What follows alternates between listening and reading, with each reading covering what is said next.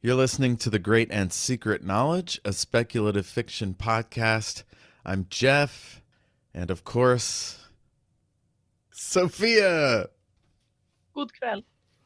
Hello, hello. Wow, this is one of the biggies. I started to tell you last time, this is many people's favorite episode of Star Trek. And you were like, don't tell me. I don't want to know. No spoilers. So what did you think? How did this one hit you? Yeah, I liked it. It was good. But I guess I have some nitpicks because this is just such a well-threaded topic at this point. So I guess it's not surprising that I found maybe it was a little bit underbaked or, like a little bit like, I don't know. It's tricky because this is such a thing, like I said, that is explored a lot in science fiction. The idea of like, what is humanity? What is sentience? Yeah, I think so. What is sentience? Because, they're not really debating if Data is human, but they're asking, like, if he is a person. So, like, the question of personhood and what is sentience and this kind of stuff is... And also, the things that they get to, I think I like it, but it's also... maybe it suffers a little bit from me having watched or read other things that are building on these ideas. So, oh, right. Like it's kind of the original. Yeah, I was trying to think of earlier iterations, and the closest I could get to is iRobot or AI or like, yeah, I'm thinking of the Jude Law character in AI where he's like a sex I have never bot. watched AI. When is that from? Or like, I don't understand. If it's Jude Law, it's way later, right? Yeah. Oh yeah, of course. Yeah. I guess maybe Blade Runner came before this. And yeah, the and androids probably in that. the book version. I don't know if that one is similar, but I'm sure there have been others. Like you said, the Asimov stories are the start of it in a lot of ways, I suppose. But those, I'm not sure how conscious the robots are in that one, because a lot of it is like about them having this programming and just running their programming. Yeah. Well, Riker mentions Pinocchio. That's probably like the example of like somebody wanting to be human or but that's sentient. also them. Yeah, it's Pinocchio, and then there's like the Golem, right? Like these kind of different ideas of puppets and stuff, or like creatures being made. Yeah, I'm trying to think of also other ones, but I feel like I don't know enough. It's like one of those things where you could be a whole scholar of this and get all of the different media and stuff. So for me, most of the stuff that I am like having closest to mind is very recent compared to this, like the Imperial Raj trilogy by Anne Leckie. It's like one of my favorite series. And then, of course, I was also thinking about Murderbot and these questions. So, like, some of the stuff that comes up is related. Yeah. Yeah, Imperial Raj is the sentient ship with the, do they call them drones? They're like people ancillaries. that they... Ancillaries, yeah. And then I think of Ex Machina, which weirdly I never finished. But really? Yeah. People like that one. Yeah. Yeah, that one is also interesting because it's like doing this kind of Turing test, but the opposite, almost like trying to manipulate the human to feel like, oh, this is a person and they should be like or it's not even about being person, but like to make them feel like they have feelings, I guess, which is a little bit Yeah. unclear. Oh, and of course, Westworld. I've never seen the Mm. original movie, so I don't know if that was explored as much, the idea that they're Mm. people, but I guess definitely it's in the not. show. Yeah, that's true, and that's also one of those where it's like a little bit. At least the part that I watched, it's unclear. Are there people? Are they people, or Right. are they just programmed to feel like they are people? What do you think about it? You didn't this Oh, episode? about this episode? Oh, Yeah, do you absolutely like it? incredible. Mm. Like my favorite episodes are the ones that focus on character and emotion, Mm. and this one hits all those beats, especially when I they get into slavery. I don't know what it is about that that gets me so hard, but mm. yeah, generate he Yeah, says something about generations of beings under our control. yeah, yeah. I agree that when I said that I wanted to watch this and cover this, this was the kind of episodes I was looking most forward to, when it's just like courtroom drama and no, Yeah. like no fighting and no like any, and really not even like no planets or anything, just like, oh, we're sitting in this room, having this kind of different, although I guess there was some nice visuals as well, so I'm not gonna poo poo that either. Like the star base. Yeah, the star base, and That thing looked great. also some of the, I think, um I guess we'll get to it, but some of the props were pretty good. Yeah. Yeah. Okay, well, let's get into the nitty gritty here. We started out at Starbase 173, something called a port call.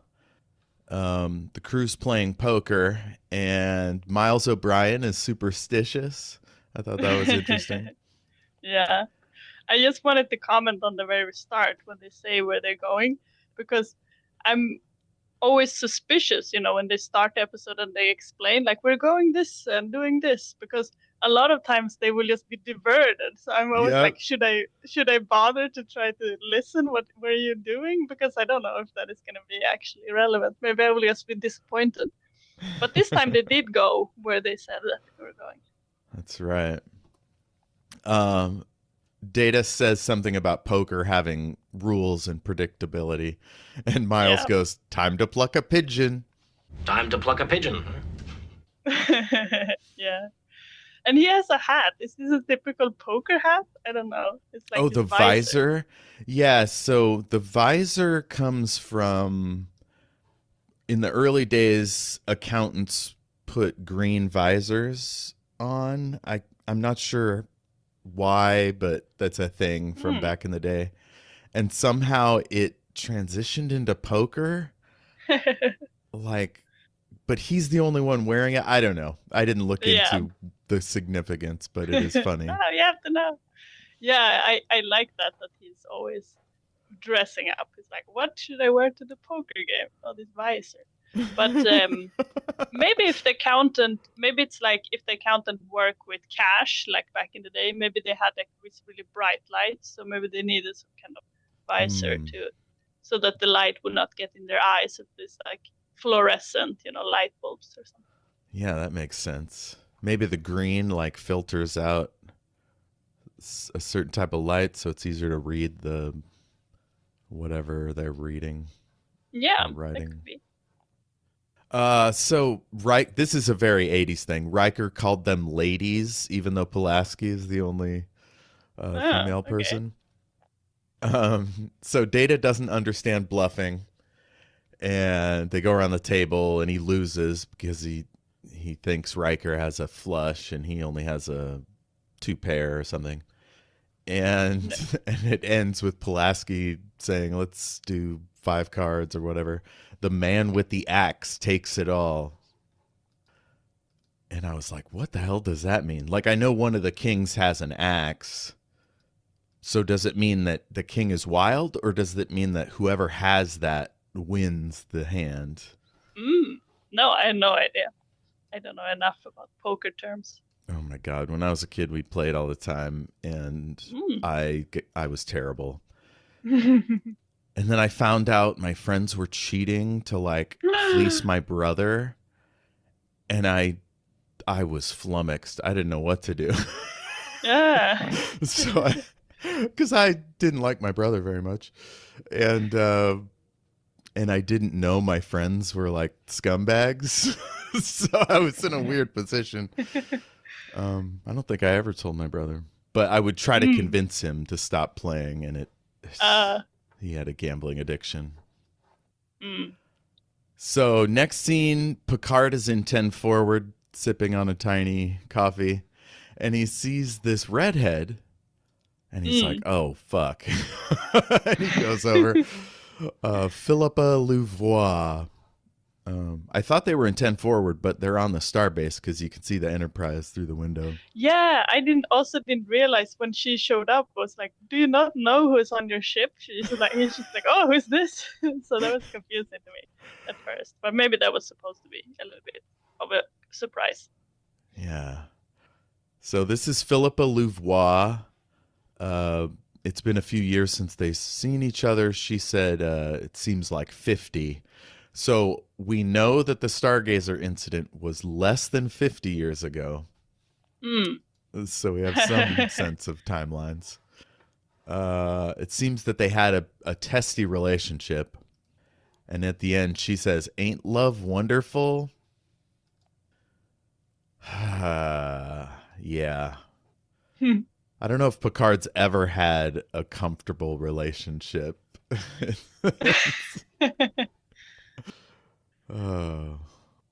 Like, it's not that he disrespects women, but he clearly does not get along with them too well.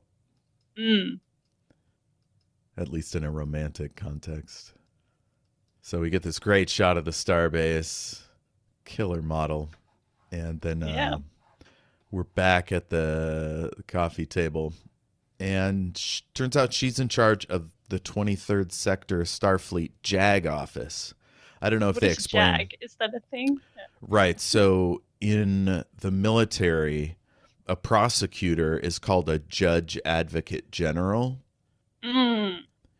And maybe they take part in tribunals, like court martials, as a decider in some cases. I don't think they have like set judges. I don't know. My dad was one, but I never got the like specifics. Yeah. So do we know why they came to this station? Was it for this purpose of data being transferred? No. Or this was a full surprise to Picard. Starfleet just fucking blindsided him. They're like, "Hey, check out our new starbase," and then. So did it? But it didn't seem like they had any mission, like specific. It was just like, come to the starbase, or right? Yeah. I mean, I wasn't sure myself. I might have missed something, but like they didn't say it was shore leave. All they said it was port call. Maybe they do like a diagnostic of the ship, or like trade out employees. Yeah, maybe they also have this kind of thing where, like you said, diagnostic. It could also be just you have a little bit of a check-in or something, like in general about, people. Like there are a lot of people who live on this ship, so maybe they want someone to come by and look at their ventilators and see, is it like everything comfortable? Do you have any complaints? Maybe there's auditors that make sure the captain's doing his job. Yeah, so totally. Apparently he had a court martial from his actions on the Stargazer, and she was the prosecutor. But she was so shamed somehow that she left Starfleet. She says they forced her out, and he was like, "That was your own pride." So did she just quit because she lost? Yeah, that's a good question. I mean, that's his I perception, would say I guess. Maybe she pushed it too far. Like maybe she was just like, I have to prosecute this. And they were like, okay, you're doing it like too much. And then she was offended and she left. That's kind of the impression that I got. But I like that it's not, they don't go into it that much, because that can sometimes feel, if you just try to like explain everything totally, then it can feel a little flat. So I enjoyed that they were just like, oh, this is our history, and you don't really know like who did what or exactly. You just know their feelings about each other. Yeah, you barely learn anything about this incident until like Star Trek Picard 30 years in the future or whatever. 35 years, something like that. Explaining too much, maybe. Like, yeah. So he accuses her of more like enjoying winning instead of seeking the truth. And she does not like this. So she was a prosecutor back then. Yeah. Yeah. So she says, "It's good to see you again. It brings a sense of order and stability to my universe to know that you're still a pompous ass. And a damn sexy man." Girl, I know they're not actually at work right now, but still. Come on. That's true. I didn't really think about it because I thought that they, like, even when they were greeting each other, I thought that they were like, oh, they're gonna fuck, so it wasn't like really inappropriate. Like when he was greeting her, he was just like, I'm glad I'm with other people around me. And that's like, to me, like if the genders were reversed, this would be super uncomfortable. Yeah.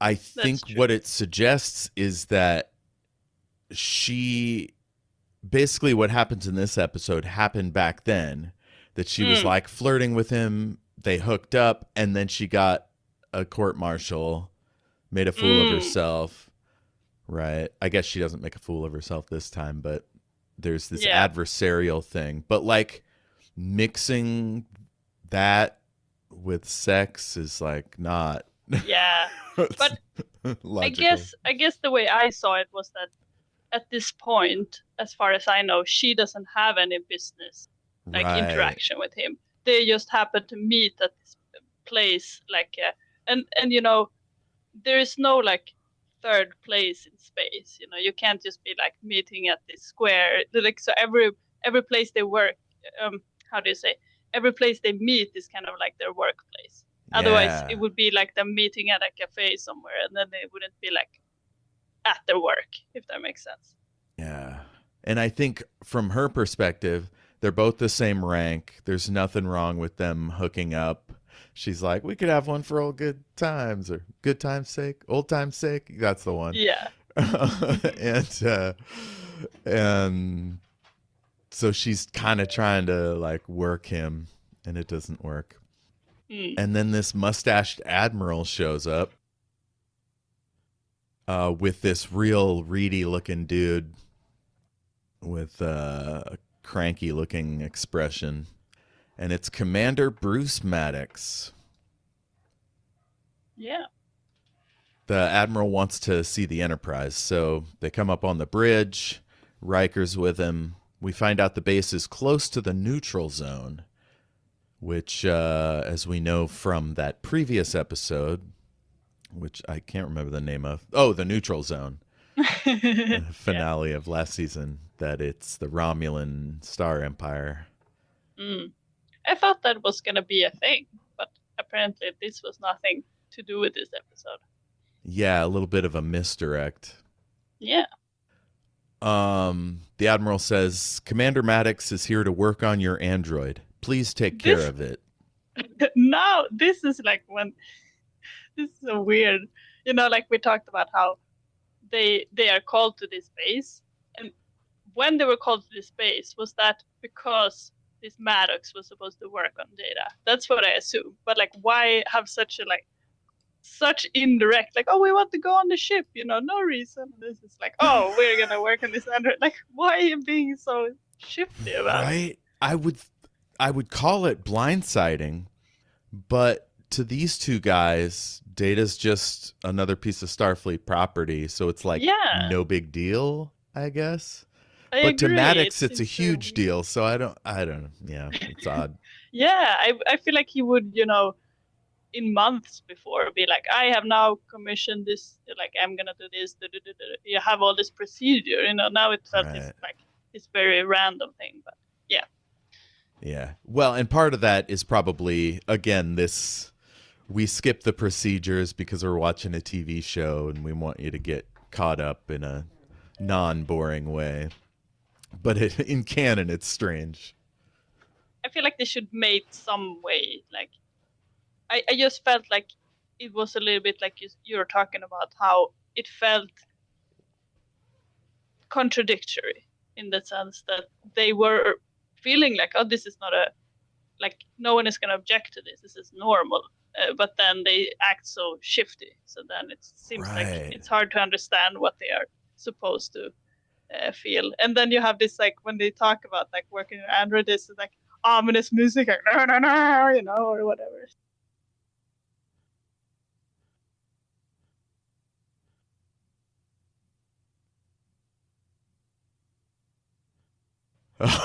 What exactly the will music this is work amazing entail? in this one. Yeah, they really want to I make am going sure to we disassemble understand that this is bad. Get ready for something scary or unpleasant. He says, I evaluated data when it first applied to the Academy. And Data's like, yeah, you were the sole person to oppose my entrance to the Academy. Yeah. And he plans to disassemble Data. Yeah. Sorry, I'm getting ahead of myself about like my nitpicks of the episode, but it's only because I'm very interested in this kind of topics. But I want to say that I liked Maddox, like the actor's portrayal, because I thought that he wasn't like overly villainous until like a little bit into the episode. Like at first he was being kind of pleasant. I felt like, you know, just like not. He didn't feel like overly, I guess, maybe suspicious, or I'm not sure. Yeah, the music was telling us he was scary, whereas he was just like, he's a mechanic or a scientist, you know, he just thinks of it as another aspect of his job.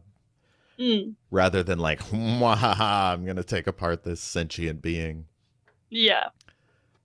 So we go to the conference room, and he keeps calling Data it, and it's just so uncomfortable. He says, we're going to replicate this, and points at Data. Data is intrigued. Yeah,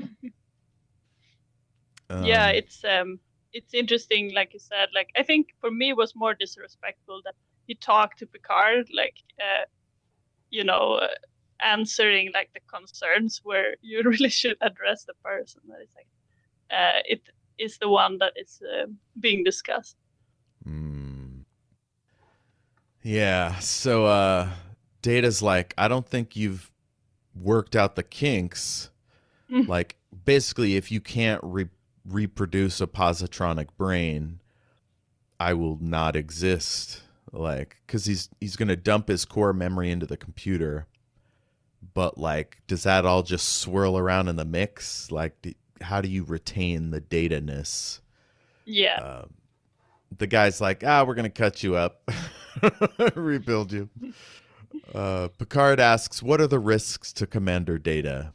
And Maddox says, negligible. There's a lot of these kind of, what do you call it? Like,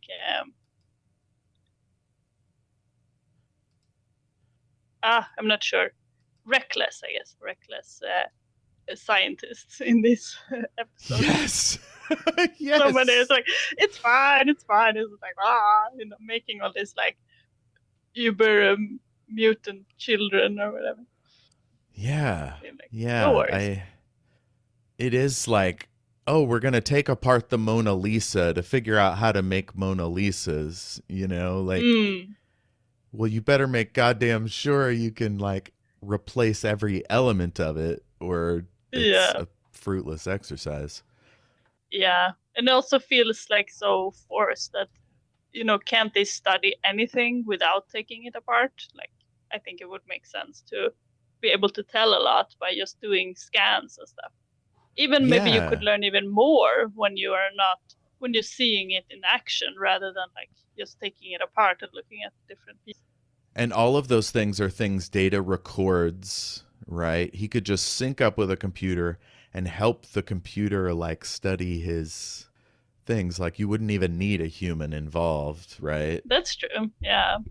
Data really is the greatest expert in a sense. He has, like, doesn't he have Dr. Soong's memories or like everything he recorded when he was building him? Good question. I'm not sure, but he does know a lot, I guess, about him. Yeah. Yeah, not cutting him up is probably the best way to do this. Yeah. So Picard can't allow Data to do this, and Maddox is like, tough titty. We have orders to reassign Data to the starbase under my command. And then he smirks. Yeah. This motherfucker smirks, and I hate it. Yeah. I thought it was also interesting that Picard says, like, oh, Data is a valid member of my bridge crew.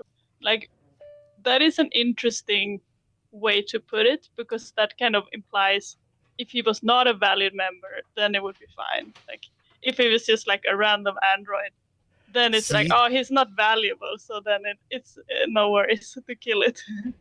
That is the tension. And they get into this in Star Trek Strange New Worlds, the idea that when we do these court procedures, it's not just about the person on trial or the person defending their right to be in Starfleet or whatever.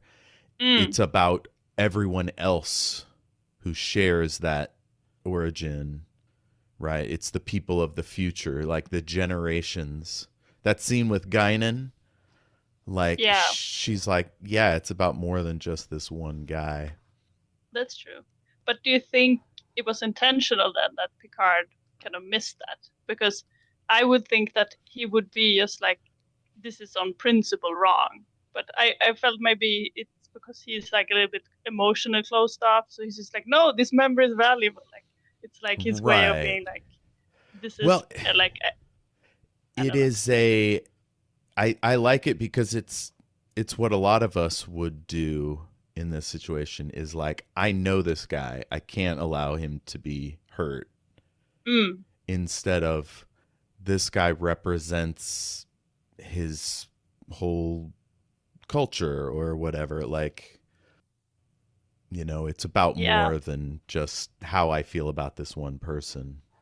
Yeah, I agree. I guess I just expected more from Picard, that he would be more into the procedurals, because he is, I feel like he often is, thinking about this bigger picture, and I'm surprised he wasn't here when they talked about this. But maybe it's because Data is like the only kind, so it's not as clear to him that it's like, this is how we proceed, there's not a lot of protocol for it. Well, it takes Guinan, right? It takes his good friend Guinan to sort of like show him that, about halfway through the episode or whatever. So this is another case of like, they're doing this for us, right? Picard, probably is always right about everything. He would have already thought about that. But they need us to like go on that journey with him. Yeah. So in the ready room, Picard's reading and pondering. Data comes in. Picard has sent for him. And Data says he will not submit to the procedure. Picard sympathizes with him, but he says, I have to consider Starfleet's interests. There's a possibility that more beings like Data could be constructed. And Data brings up Geordi and his visor. Like, well, it's clearly superior. Why doesn't everyone get it? And Picard doesn't really answer. He just kind of thinks about it. But it's weird that that's the only time that's mentioned in the episode. You mean you should bring it to the trial as well? Right? They should have put Geordi on the stand, Ah, yeah.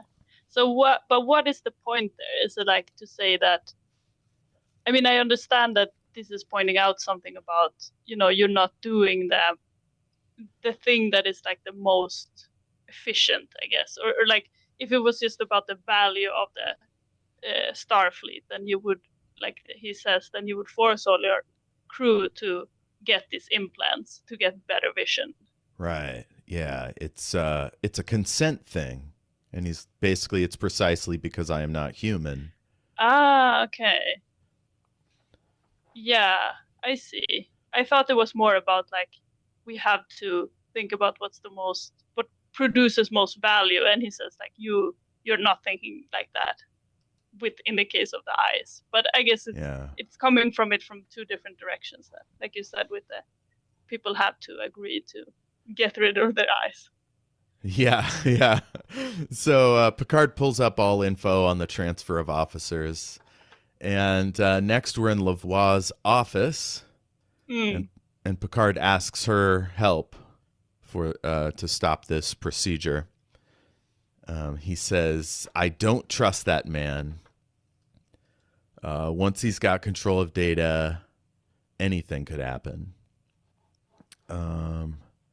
So she says, we agreed to certain risks when we joined Starfleet, and he gets real aggro. Yes, acceptable risks, justified risks, but I can't accept this. It's unjustified, it's unfair. He has rights. All this passion over a machine? Ugh, I love seeing him fucking righteous indignation. And she's being so annoying. She's just like all dryg and it's like, oh, why this passion over a machine? That's what that's my nitpick. You know, like if they're so far into the future, like how everybody's acting so surprised or like they never thought about these kind of topics. That's what makes it a little bit weird to me, that it's so much is like, wow, is this like a thinking person? I understand that this is the only android, but we are having these discussions now, so surely they have had a lot of, and they have other kind of sentient creatures. We have seen, like, I mean, for one, you know, they meet all these different aliens. Maybe they have to decide sometimes, is this a person or is it an animal? You know, like this kind of distinction. Or, you know, is this like, sometimes there's like these things that don't even really seem like maybe they're alive. So then they have to determine, are they alive or not? And what happened to these like holograms that they make? Right, the holograms. Yeah. That's the thing. She's his same rank. She would have been briefed on all this weird shit. She knows Moriarty is a thing. Like, yeah, of course. Again, it's for us, right? It's for us to see this process. But yeah, the fact that she basically finds it cute that Picard feels this way. So, kind of crazy. It's like, is Picard the only captain in Starfleet with a soul? Like, what's going on? Yeah. And I think this is what I feel like other things have elaborated on, that the thing that is happening in other properties, the one that I have like experienced, is that it's not necessarily that the question has not been brought. It's that a lot of times people are deliberately deciding that this is not a person, and it's more about, you know, I think that would have been more interesting if because now it seems like they're just a little bit like, oh, I have not even considered it, you know, and I feel like it would make much more sense if they were like more invested in like, no, it's not a person. I know that some people think so, but like we have decided as a society that it's not, if that is the case, you know. Right. And I think that's more logical rather than dismissive. Yeah. And just in the sense that like we know from our own history, you know, how do people decide? Like, how do people justify like, oh, this is actually not a person? Like, you could do this kind of thing instead of just being like, oh, this has never even come up in my mind. You know, that's what my complaint is. So he starts flipping her shit, you know, she doesn't like, he's like, we should trust each other. And, you know, she says, I wish things were different. And he goes, I wish I could believe that. You know, goes away. Good try. 9 out of 10 for effort. Good try. 9 out of 10 for effort. Yeah, so sassy. Real sassy. I guess that's not a good way to handle it, though. Like, to just be like, insulting. He should be more like, oh, let's find a solution. Not insult her. Well, and two, like, leadership kind of requires you to take your emotions out of these kind of things, and he is just red hot, you know. Yeah. And I mean, I can understand, I guess, but I don't know. We'll get to this as well, like why he's so upset, because I would be too. I would feel like I'm leaving this, you know, society if this is something that you're considering, because you are really shit. Yeah. It's a 2-parter, and in the end of the episode he's like, whoosh, gets in a shuttle and he and Data head off to the neutral zone. Totally. And then they just like on the run from Starfleet. Maybe Riker becomes captain and has to chase them into the neutral zone. Oh yeah, that would be fun. So in Data's quarters, he's packing up his treasures into a travel case. And we see his Yar hologram. And the music is just, oh, it's so powerful.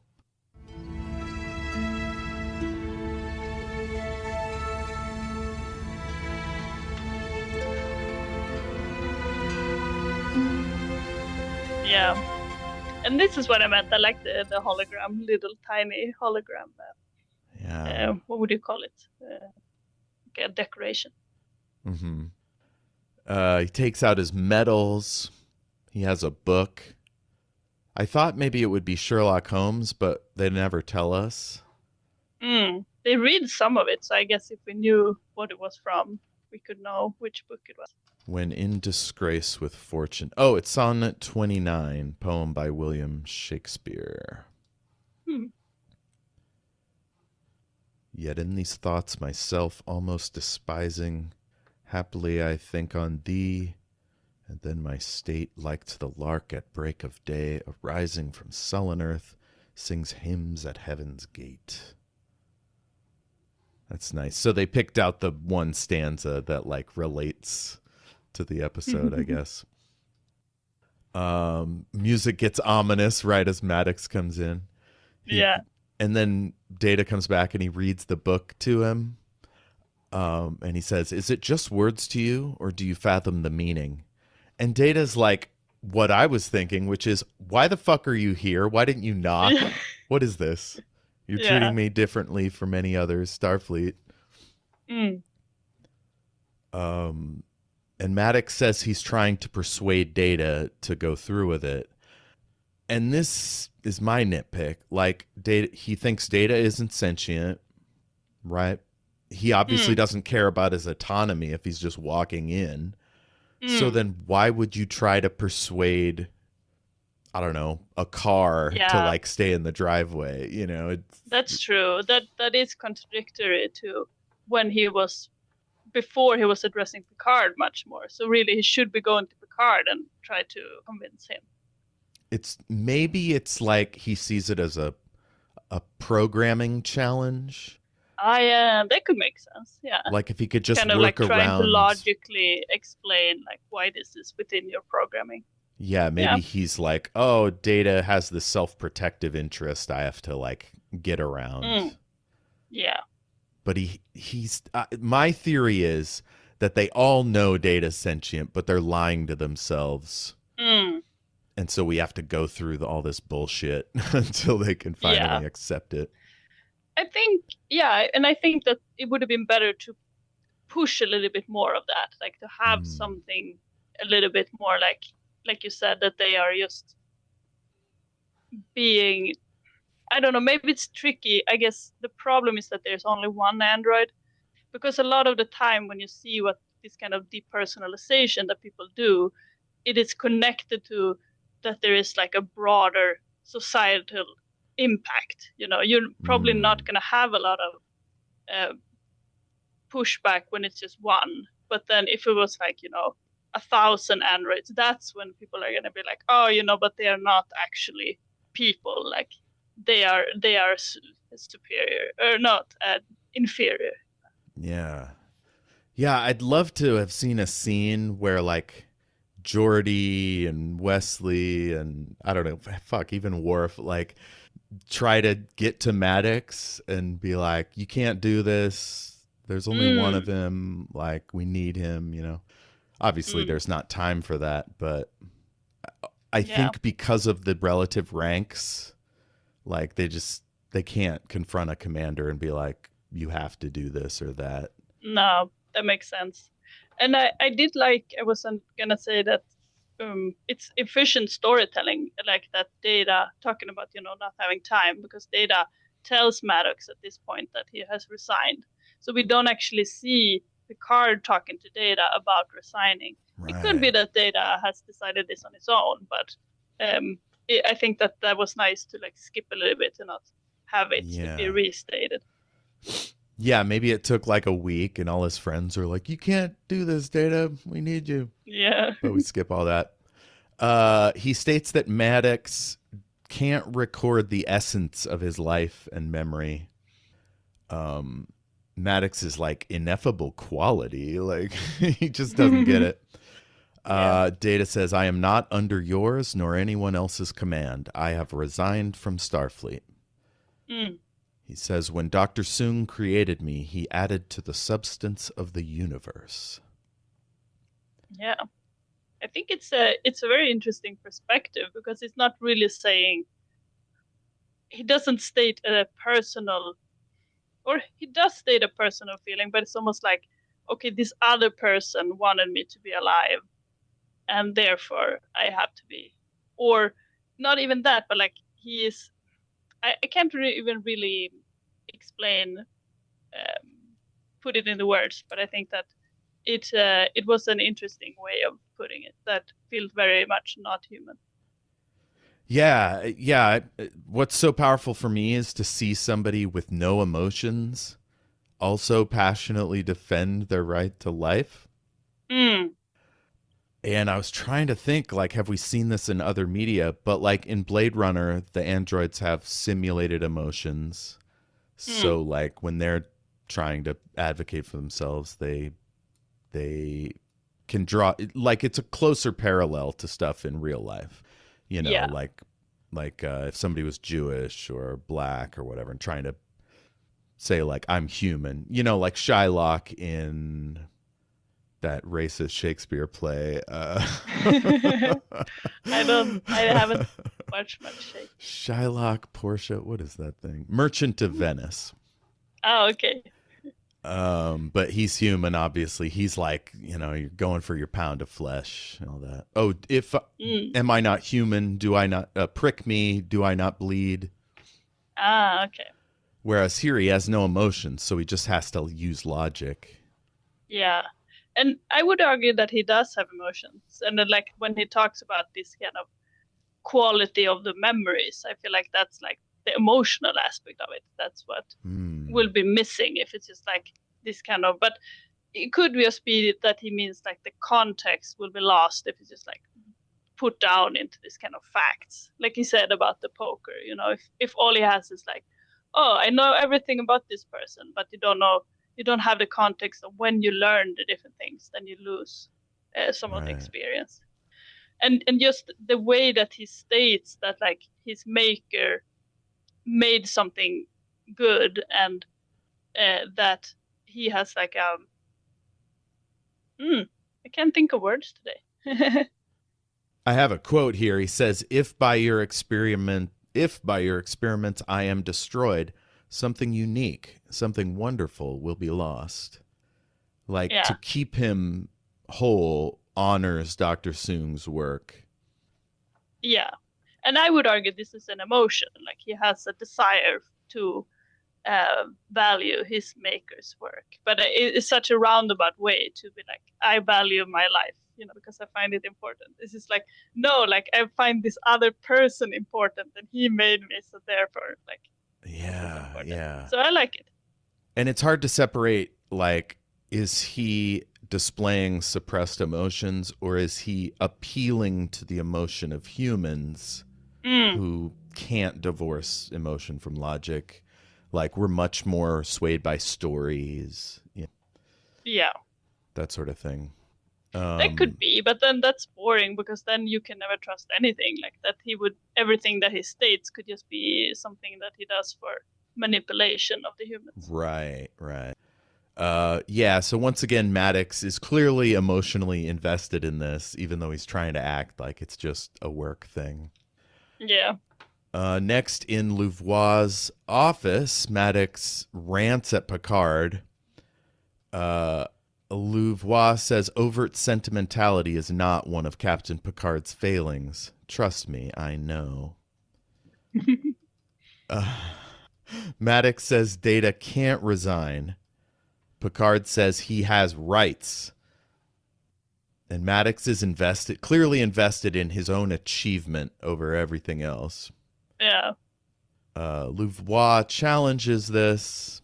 Picard says, whether you like it or not, Data does have rights. And he asks Louvois to make the effort to solve this fairly. He says, I hope you will use the same zeal that you did in the Stargazer court-martial. I guess this thing that she says that he's not sentimental, that probably adds to your theory that they were fucking. So they were like fucking, and then they were having the court thing, and she's like, yes, no, Oh, like. shit. Look, he's all business. Yeah, have you come yet? We are done.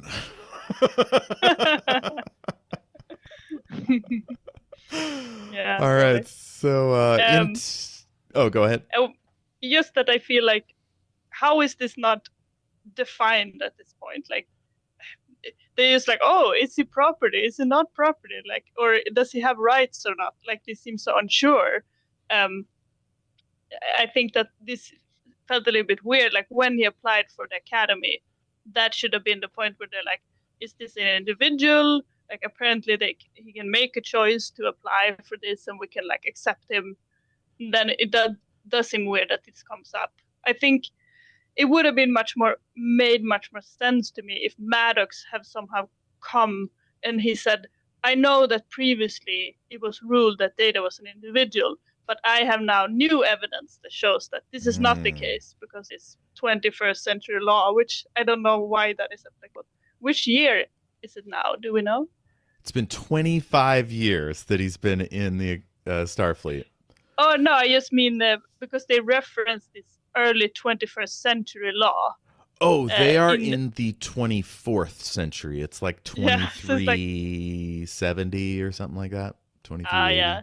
So it's like 300 years ago.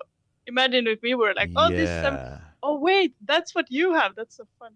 In the US. Yeah, I wonder if that's why it makes sense to them. They'd be like, oh, this 300-year-old law, It's like, what? Who cares? Yeah, I almost wonder if a modern show would do this as a flashback, because 25 years have passed and this has never come up. Give me a break. Yeah.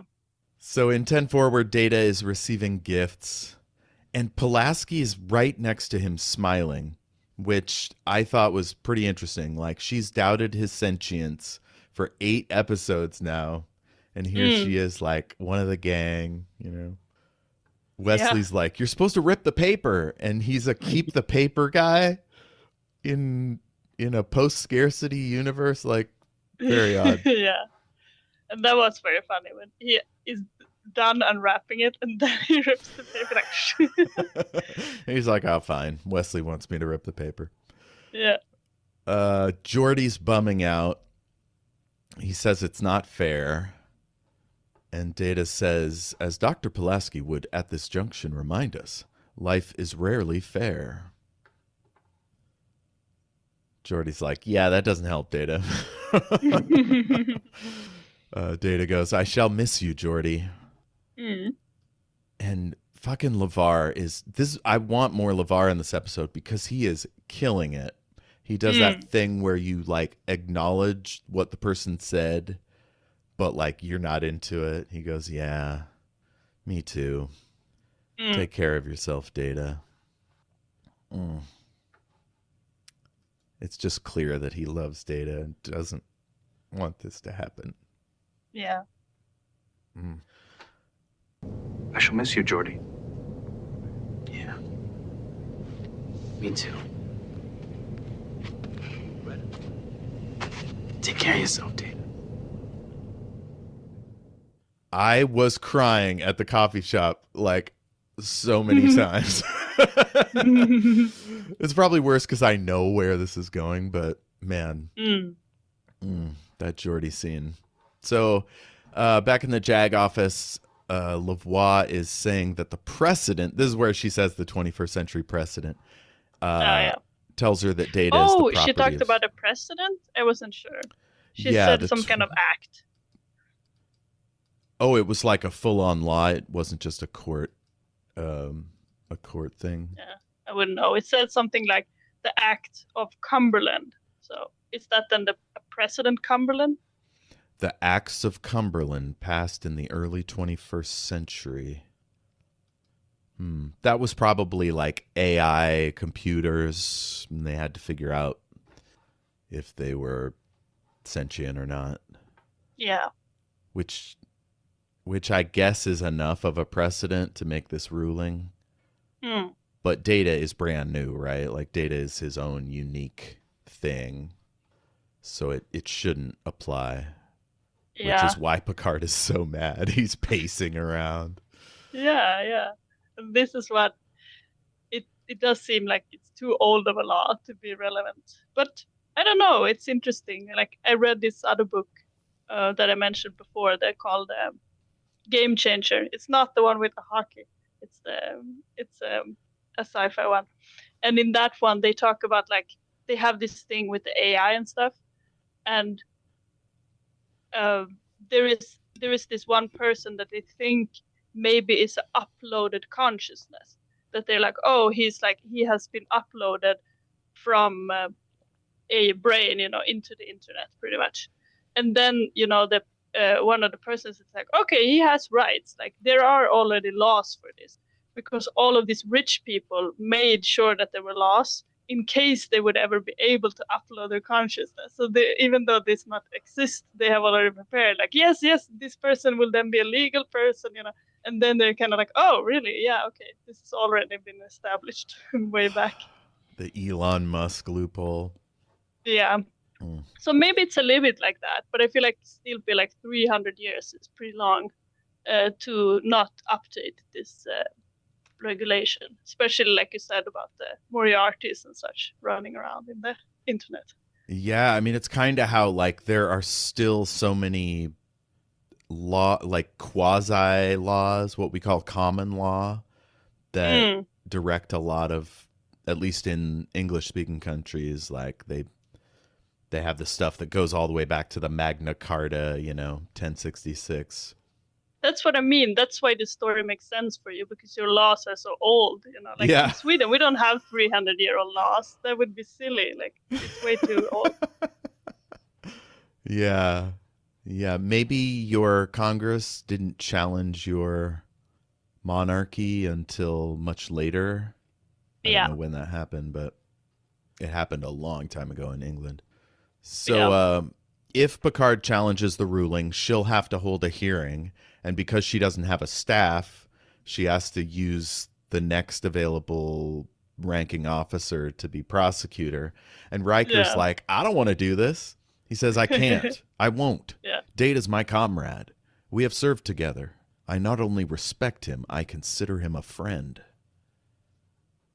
She's like, we got no choice. This is how it's got to be.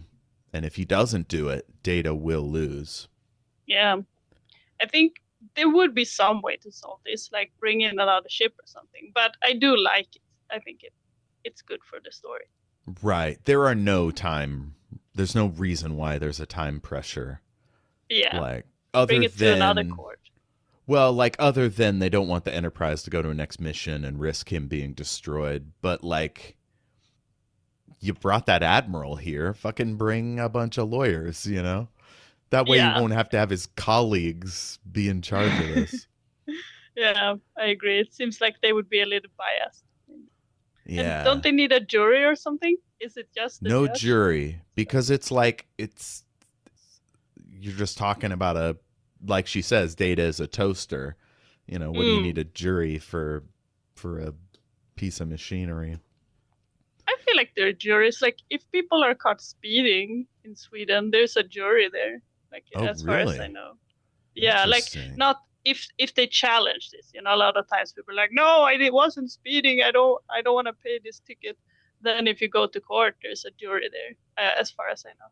Interesting. Here, there's just a judge, unless it's a full civil trial with like major judgments and stuff. I don't know the exact when it becomes a jury and a judge thing.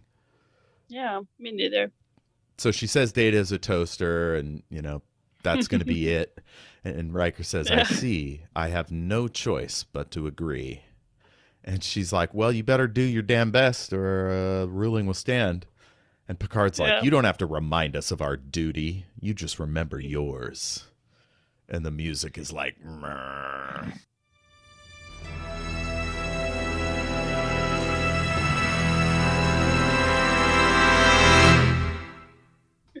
And at this point, this is what I feel like Picard would be like, this system is insane and I'm leaving, because that's what always is tricky with this kind of utopian, like you have to have some kind of evil corruption or like dysfunction, otherwise there's no conflict. But like Right.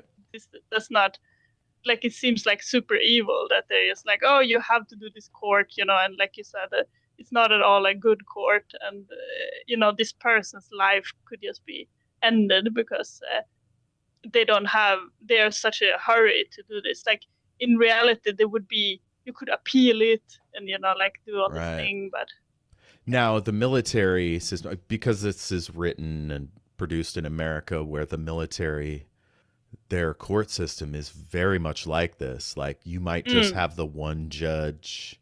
It might happen super fast. Like there's no constitutional right to all the normal things we get in court. You don't have the right to remain silent.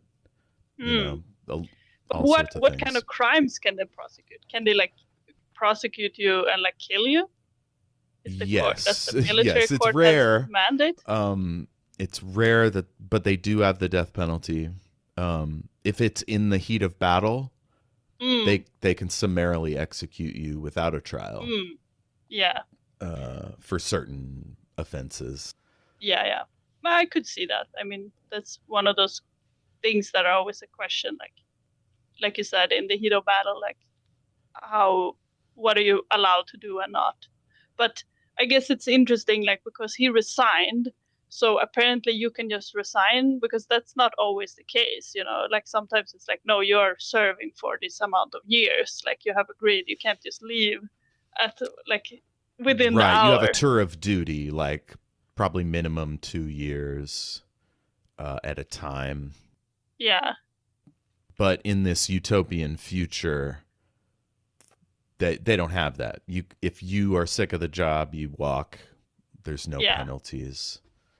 And that makes sense in the sense that people don't actually have to do this. Like they could just do nothing if they want to. So I'm sure there are a lot of other people queuing up to join this ship.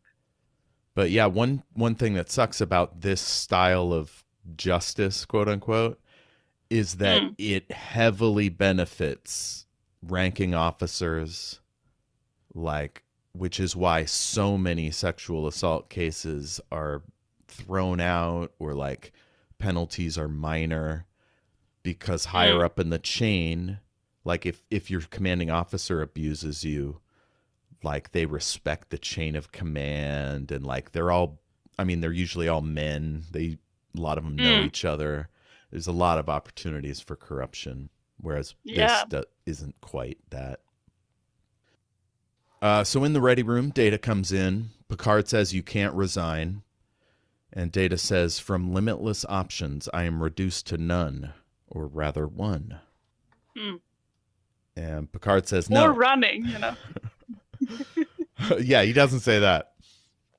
God, I want to see that episode. Yeah, I wanted to comment, I guess, because I'm not sure if it could run, so that I will add that I'm not sure if that's an option, because it seems like they have a very good technology, so maybe you can't just take a ship and be like, oh, we're out of here, Well, if anybody could, I mean, that kid Jake took a shuttle, like, if anybody could, Data could, right? He could hack any computer, knock out anybody he comes across. Or he can like survive in the vacuum, so maybe he would just be like jump out. He sticks himself in a torpedo and shoots him towards Romulus. Yeah. Now I want this spin-off where Data leaves and just like running around. Sort of what if. Yeah, that's awesome. So Data says, Captain, I have complete confidence in your ability to represent my interests. So in the computer lab, Riker's doing legal research. He's checking out Data's schematics. He finds something called emergency manual control. And he smiles briefly because he's like, I got my hook. And then he like grows sober as he realizes the implications. Yeah. He got too caught up in his role. I mean, it makes perfect sense. It would be so weird, like, if you were charged of, like, prosecuting your colleague to their death, you know? How would you handle it? Fucked up. Well, the thing is, though, I mean, why it's so valuable that Whoopi Goldberg is in this and she's there in the scene where, like, the turn happens is because, like black sailors, say, in the Civil War working for Britain, like helping the South, you know, like, and if they defied an order, they're thrown overboard, you know, like your autonomy means nothing. You know, you're completely at the mercy of whoever, you know, quote, owns you. So, yeah, it's really great that Guinan is able to get into it. So we're in the hearing room. Louvois begins. Data goes to the stand. And for me, this felt like death row, you know, like just a few people. Guy goes up. Everybody's somber, almost like the outcome is predetermined. Like it feels really ominous. True. So Picard wants Data's record read completely, like his achievements. Sort of set the table for what's at stake here. And then Riker begins his, whatever it's called, the side of his case. He asks, what are you? And Data says, an android? and then he's like, what about Dr. Soong? Or, Noonien Singh. Noonien Soong? Yeah, Dr. Noonien Soong. Yeah. He says he built him. He asks, what is he? He says he was a human. His first piece of evidence, Riker's first piece of evidence, is a bar of par steel, which is apparently real tough. Data bends it and puts it on the table. Riker wants next to remove Data's hand. Picard objects, and then he seems like really defeated and withdraws his objection. Yeah. We get another Maddox like mini smile. That fucking guy. Riker leans in and says, I'm sorry, and then takes off Data's hand. And he holds it gently, like almost like a baby. And then its fingers flex like almost like a dying spider. Yeah. That's funny. Dying spider. Riker says the commander is a physical representation of a dream, an idea conceived of the mind of man, or the mind of a man. He keeps calling him it, and then he shuts Data off. And it really felt like he had killed him, like he just slumps over. Picard looks wounded. Riker says, Pinocchio is broken. Its strings have been cut. And he sits down and looks really upset. And Maddox has another gloating face. Picard requests a recess, and then the last shot before commercial is Data just looking dead. I almost wonder if it would have been more disturbing if his head turned toward us and his eyes were just open and glassy. Oh, yeah. But instead, he's just, more unconscious. So next we're in 10 forward, and Picard is having a bum out. And Guinan is so gentle. And this is where I was like, having a black woman talk about Maddox building an army of Datas. Ugh. So we start to think like, oh my God, this could be an entire species as slaves. She says, he's proved his value to you. Picard says, in ways that I cannot even begin to calculate. And now he's about to be ruled the property of Starfleet. That should increase his value. And Whoopi is just delivering here. Like, we're so blessed to have like a movie star on our little TV show, you know? Yeah. He says, in what way? And And so she talks about how in many worlds we made disposable creatures to do the worst jobs, whole generations of disposable people. And he goes, you're talking about slavery. That's a truth that we have obscured behind a comfortable euphemism, property. And then he goes, but that's not the issue at all, is it? And we go to commercial, and I'm like, what's the other issue? And next we're in the hearing. Picard says humans too are machines, just of a different type. Yeah. Humans too are created from the building blocks of their parents' DNA. Yeah. He goes up to Data. Oh, go ahead. Yeah, yes. I was going to comment on that was something that I was reacting to in the previous scene when they talked about, he was made by a human. I'm like, so are also the humans. So Yeah. I'm happy to see that they were already aware of this, because this is also something that comes up in other stories, that there's like, oh no, like this AI is not a person because it was made by humans. And then like other people are like, humans are also made by humans. So I don't think that's a qualification or disqualification. Yeah. So Data goes to the stand. Picard starts by showing off his medals. And Data's like, I don't know why I packed them. Is that vanity? You know, he just wanted to remember his achievements. Pulls out the book, and apparently it was a gift from Picard to Data. Says it is a reminder of friendship and service. Next he shows... Sorry.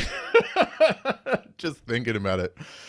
He shows Data the holo device of Tasha Yar, and he says, why this person? I would prefer not to answer that question, sir. I gave my word. Data says, she was special to me, sir. We were intimate. And Louvois looks stunned. Looks over at Riker. He seems pleased. And this is when Maddox starts to look worried. And I'm like, yes. Although I will point out that this idea, like, we were fucking, and that's why it's a person. It's like a little bit troubling. Nobody's like, did she get anything out of it? Like, how does that work? Nobody goes there. Did they only fuck in that one episode when they had this weird, like, drunk, everybody was drunk? Yeah, of? one Or we do you skipped think that they... you think maybe it happened multiple times? Yeah, I since I haven't watched everything, I thought maybe they had other. I mean, there were like 20 episodes or 16 episodes or whatever between The Naked Now and Skin of Evil. So yeah, let's just assume they were doing it the whole time. That could happen. I mean, because I think that they had some... Because I watched that one, even though I watched it later, the Naked Now. Well, no, it's the Naked Now. That's when they were all being weird, right? Yeah, they were like space drunk. Yeah. So I did watch that one later. So that could have happened afterwards. Oh, also nobody ever mentions that like she was drunk. It's the 80s. That's true, but they were both drunk, so I guess that's a little bit more like... Yeah. Or they were not drunk on purpose. So right. I think then it's like a little bit more okay. So Riker's like, my case, I don't need to question Data. Picard calls Maddox as a hostile witness. And he asks if if Maddox doesn't consider Data sentient, what is required for sentience? Yeah. Maddox is like, this is absurd. But he lays out the three components of sentience. So intelligence, is Commander Data intelligent? Self-awareness. Why am I self-aware?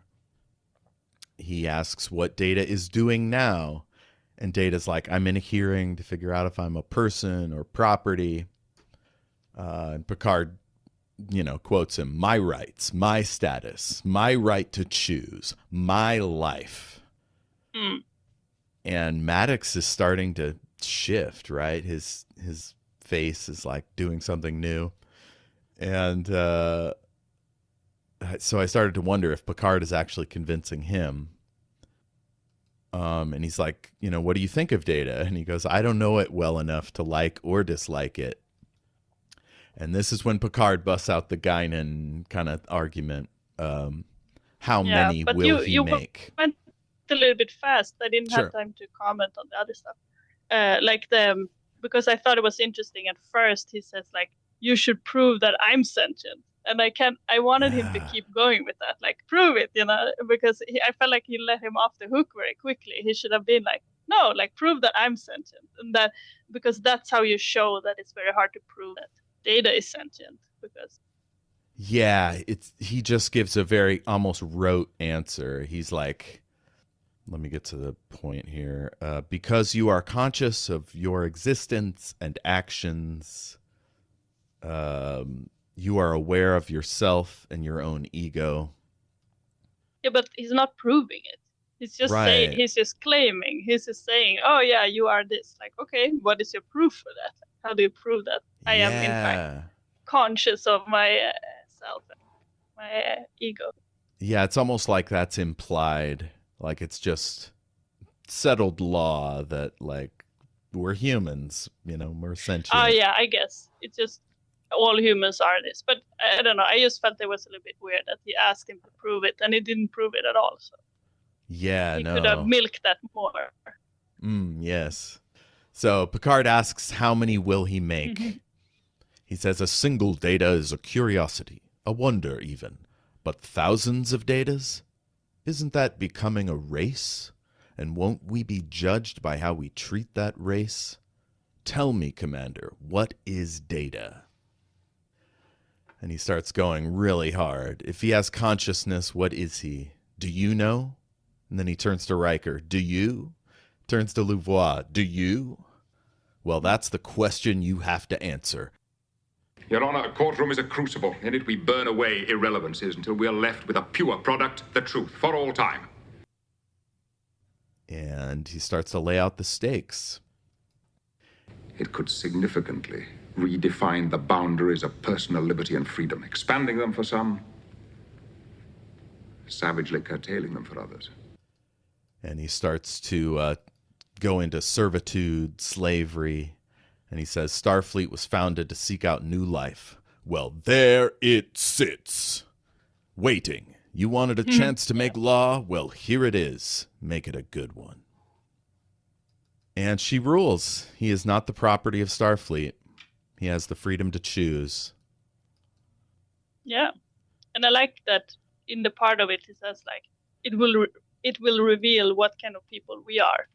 And I think that's also part of it.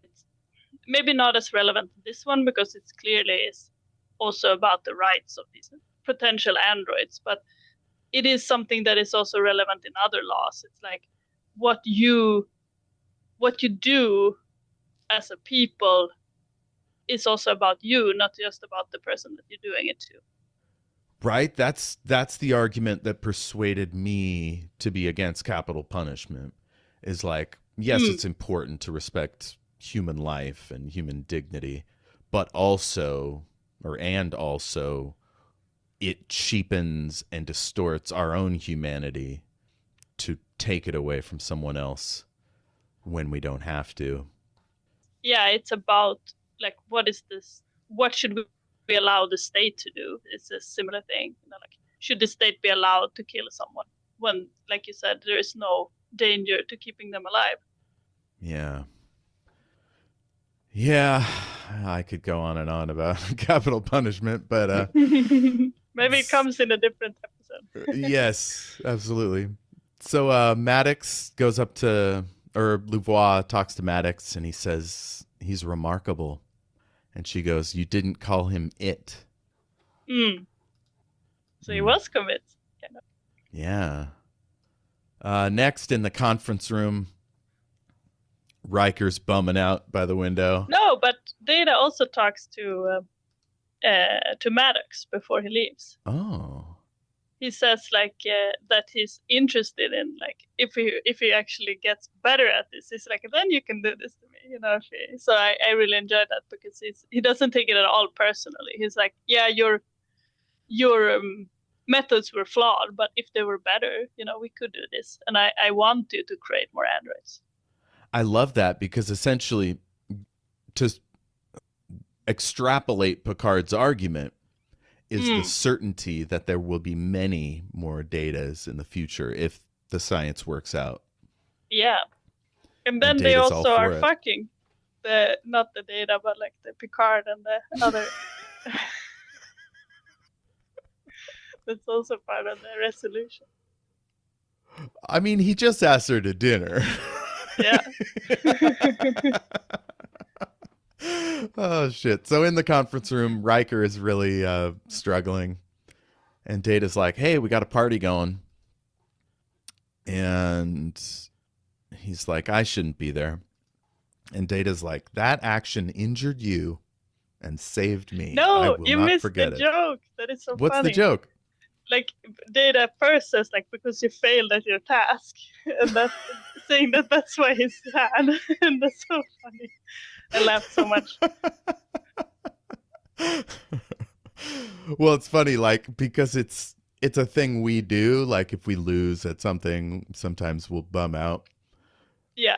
And I think that, it fits so well, because right in the previous moment, he was talking to Maddox, and he was like, oh, it showed that he had no actual at all ill feelings for Maddox, that he was trying to disassemble him and would risk his life.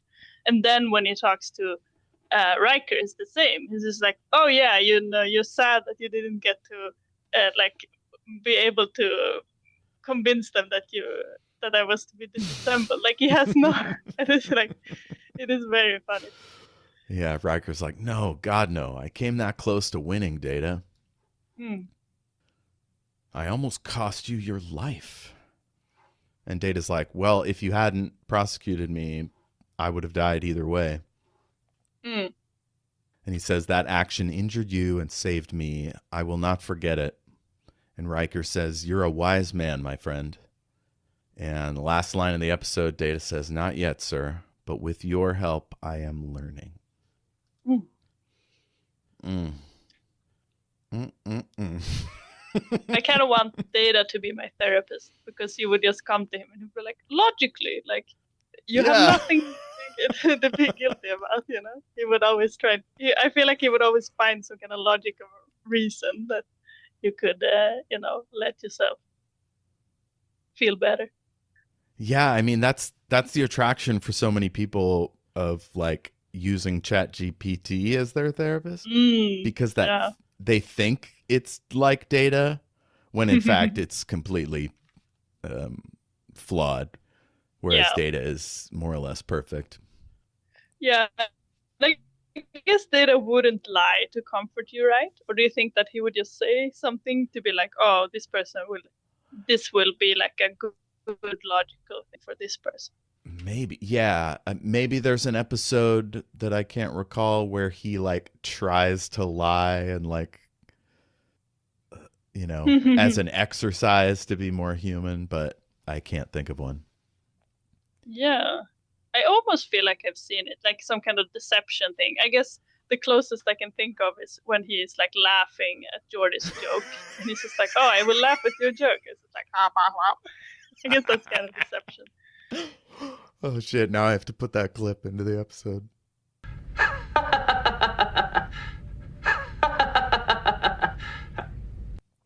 Yeah. So I was actually thinking, we talked off mic previously about how there seems to be more data-centered episodes than for the other supporting characters.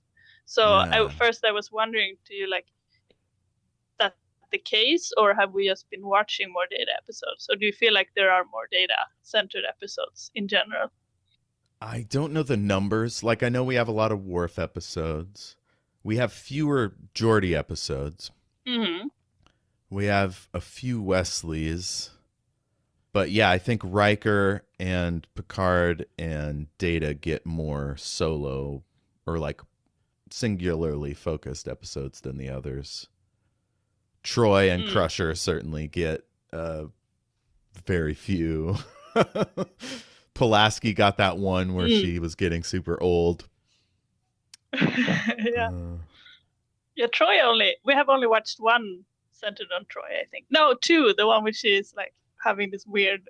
the child. Yeah, I was gonna Ugh. say like a Holy Spirit child or something. Yeah. So But even that one, like they stuck so much other shit in it that they didn't I guess so. spend Yeah, as much time. Wesley is also has some story in that one. Yeah, Yeah. because I guess then it's interesting in that I suppose it's a way for them to explore this kind of questions about like feelings and logic and stuff like that. I feel is like more typical of Star Trek. That maybe that's why Yeah. one of the reasons that they find it interesting to explore. And I guess to build on that, I think that this is kind of also a Riker episode, right? Because he is the one that has the most, Yes. or at least like he is the one that is like most challenged by this episode. I would say maybe Picard is, I guess, but I mean, it's like a worse situation for Riker. Yeah, I mean, he is put in a box, right? He doesn't have the authority that Picard has. He is a tool for the machine. Yeah. Is there an issue or a theme from this one that most affected you? I guess for me it wasn't a super emotional episode. Rather, it was just intellectually interesting, and also in the sense that this is a theme that is very prevalent. So it's interesting to see kind of its evolution and this kind of thing. And I guess maybe if I was going to say the most emotional, I guess it is emotional to see this system that we have kind of been trusting fail in such a way that it's like almost cost this person its life, you know. So in that case, but I felt like that was more annoying to me because I don't think that was the intention for us to feel like, oh, this system is broken. I would love to hear the writer because, you know, if you map this onto our justice system where prisoners are basically slaves, they're completely at the mercy of the government. They can be sent out to fight fires and shit for very little money. Yeah. And that's been an issue forever, so maybe that's kind of what the writer was thinking about. But it's not like a straight allegory, obviously, because we don't have these single new species, you know, person. Yeah. For me, it was the slavery angle. It was Guinan bringing up an army of Datas, you know? Yeah. Yeah, for some reason, slavery just sends me, just like really bothers. Yeah, I don't know. I guess I get a little bit tripped up with the sense that it is a friction within the show, that it's like supposed to be this very ideal society. So then when you have these kind of things, you're like, it feels like it's a little bit contradictory, or like I would want maybe the characters to react more strongly, like how we would, you know, in our world, if something that we trusted, you know, betrayed us. Like I feel like Picard should have more of a crisis, you know, when he's just like, how is this happening? You know, how is one of my officers in danger of being killed by my own people? You know, like that's what I'm kind of like struggling a little bit with. And I mean, yeah, all we get on that is Geordi. Like, again, if we got more scenes of like Troy and Wesley, like expressing that viewpoint, Picard could focus more on the you know, details of the case, and it would like kind of offset that with more sort of, what are we doing? What has our society become? Yeah, maybe if it was like we talked about a little bit before, that if Maddox had a different approach to it, then I feel like it would work better if it felt like people were kind of caught in this like legal logistics. But now it just felt like, I keep forgetting what the judge name is. What is she called? Oh, Philippa Louvois. Belouvois. Yeah, like if she was a little bit more like, okay, my hands are tied, like, or something, like, because now she felt like a little bit too giddy as well to be just like, I'm gonna have this trial, and I feel like she should be more concerned that this is not really yeah.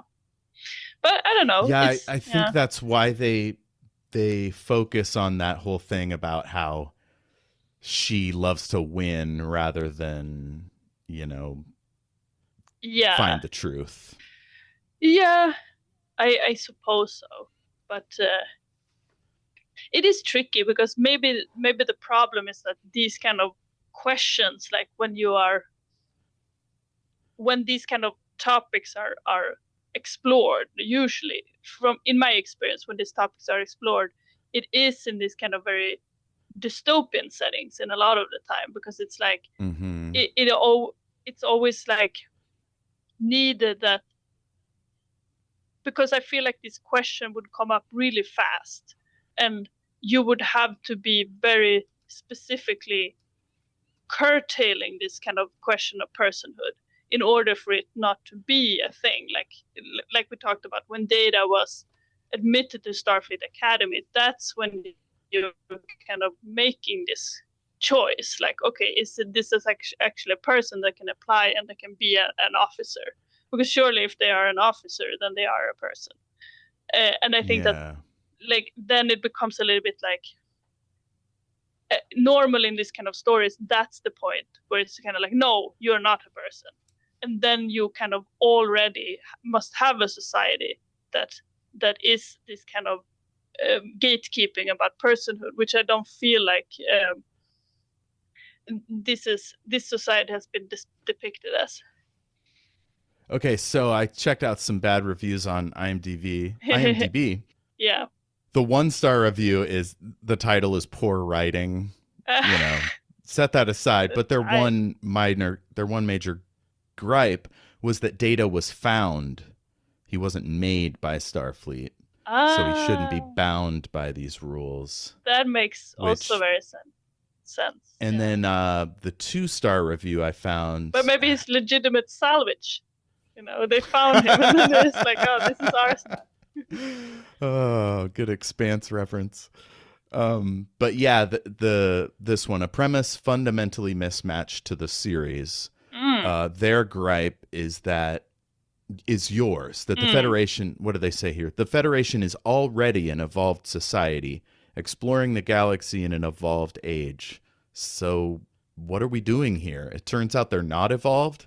Gene was just lying to us this whole time. That's Gene Roddenberry, the creator. An audience watching in 1980 can correctly navigate their way through this ethical non-dilemma. So why are they having trouble? I think maybe that's a reference to Star Trek The Motion Picture, maybe, with V'ger. I'm not sure. So yeah, that's kind of similar to your thing. Yeah. At least they would have solved this when he signed up. Yeah.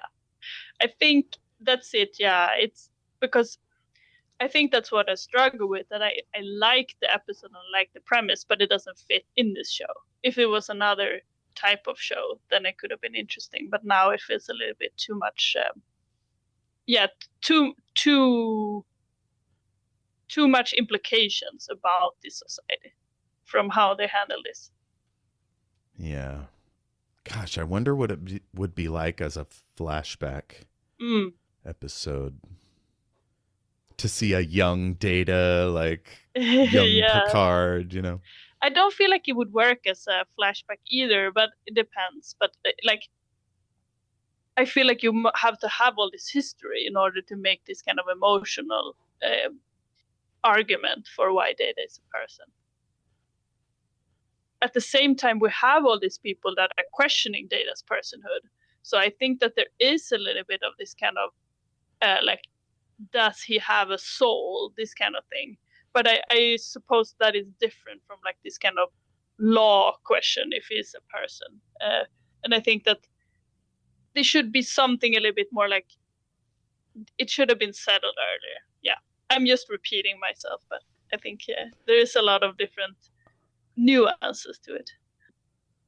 Another person thought that Patrick Stewart was too hammy with his speeches, that he was over the top. Did you feel that way? No, I mean, he's supposed to be in the trial, so I think that the character is being hammy because he's just like, I will be this, like, I will defend, and I think that it makes sense that someone would be like, I will make this speech, and that maybe it would be, they would be very conscious about, like, I'm making this speech, I want to make a big impression. Wow. Oh, it turns out the lady that played Philippa Louvois composed a song called The Rose, made famous by Bette Midler in 1979. I sang that in a play with the full chorus. I can't remember. Miss Pam would like just stick a pop song at the end of our musicals for some reason, and that was one of them. Huh. But yeah, that's interesting. Is it fun to sing? She wasn't just an actor. It's a beautiful song. Like, its lyrics, it's all about how life is painful, but, if you sit with it, eventually something good will come out of it. Okay. Maybe I will listen to it. It's called The Rose. The Rose, Bette Midler, yeah. So that's The Measure of a Man. Let's see what's up next. You want to keep going? Yeah. Here in season 2? Okay. The next one is called The Dauphin. The Enterprise escorts a young girl, Salia, and her garden to the planet she was born to rule. On the way, however... Born to rule? That seems very... Yeah, sorry. Oh, like she's a princess, basically. Yeah. Let's see. Her parents have died. She's supposed to unify the two factions. No, not too much synopsis. Wesley becomes smitten with her, so it's sort of a young love kind of story. I don't know how good it is, but we'll probably do that one next. I'll watch it after this, see how... IMDb gives it 6.2 out of 10. Okay, yeah. You'll have to vet it to see if it's worth it. IMDb hates Wesley, though, so I don't know if that's fair. He hasn't had a lot of episodes of the one we watched. He hasn't done a lot this season. Madchen Amick is in it, who played... I think she played Donna in Twin Peaks. I've never watched Twin Peaks. Oh, it's fucking great. I keep hoping somebody will want to cover it on this show. It's at least the first season is great. The second season, like, David Lynch left pretty early on and then came back at the end, and those episodes in the middle are sort of like rambling and goofy. That's so weird, just like leaving and then returning, like to be like, oh, let's put this back in the game. Well, basically, the first 8 episodes, like, he had planned that to be the end. And they were like, we got a full season. And he's like, well, I don't care about random fluff. So he came back at the very end. But 15 years later, he did Twin Peaks: The Return, which is exceptional. But yeah, that's it. You can send us an email, greatandsecretknowledge@gmail.com. We'd love to hear your thoughts. If you want to recommend any properties for us to cover or guests. Let's see. Oh, recommendations. Do you have any recommendations? I read Automatic Noodle. That one was really fun. It's this, I guess it's sort of like a post-apocalyptic story that has a lot of robots in it, and the robots are trying to survive when they are talking about this question about personhood, because they're kind of persons but not like full persons like a human, and so they're trying to navigate that and to stay autonomous, and they do so by opening this like noodle restaurant and trying to make money so that they can keep being free and not having to enter some kind of work contract. And it's fun. It's like exploring like how they are stating their personhood and how they are like cooperating with some other humans and dealing with some robophobes. So I like it. That's cool. Anything else? Yeah, I mean, I did watch Project Hail Mary on this Friday, but I almost feel like it's not necessarily to recommend it because I'm sure it's going to do really, really great. And once this episode is out, people have already watched it. So, but I will mention it that it was very good and it will do awesome, I'm sure. Yeah, my recommendation was going to be the book. I finally read it. It's been sitting on my Audible bank forever. And I saw a movie was coming, so I was like, well, I should get this out of the way in case I want to watch the film.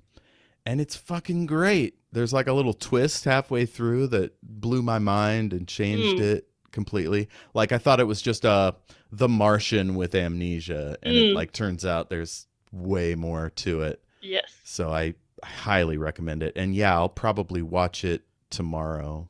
Yeah. I would almost say watch the movie first, because I would be so curious how the movie is when you have not read the book, because the movie is so much more distilled, you know, so you could watch the movie and then you can get all of the like details from the book, because I think that the movie is like more about the emotions. Cool. Yeah. Wow. Okay. I'm excited. Good deal. If you want to reach Sophia, yeah, the email, greatandsecretknowledge@gmail.com. We have a Facebook page. We have a Discord server. Join that. The link is in the show notes. What else? I also do Shattered Worlds RPG, which is an actual play podcast set in the world of my books. And it's got spaceships and zombies and wizards and robots and all sorts of these. We're into our 7th season.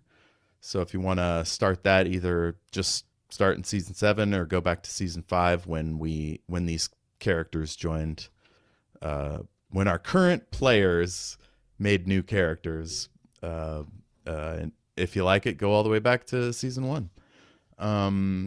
And I also have a live Twitch stream every other Sunday at 6 p.m. It's an actual play comedy show.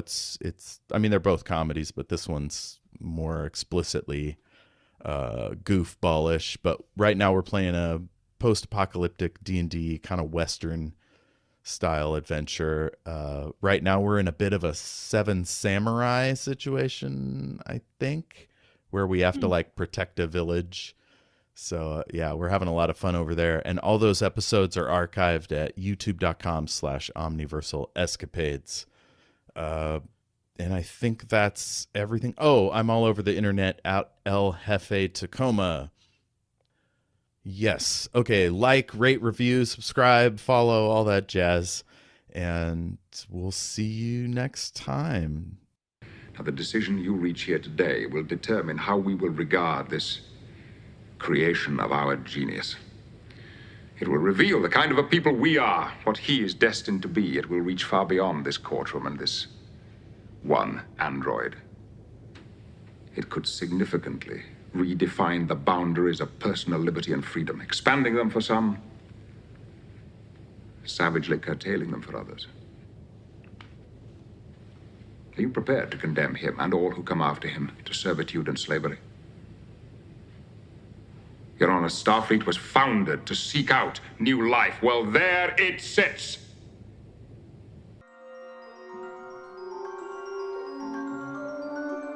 A huge thanks to James Lark of jameslark.co.uk for providing our wonderful theme song. Thank you, James.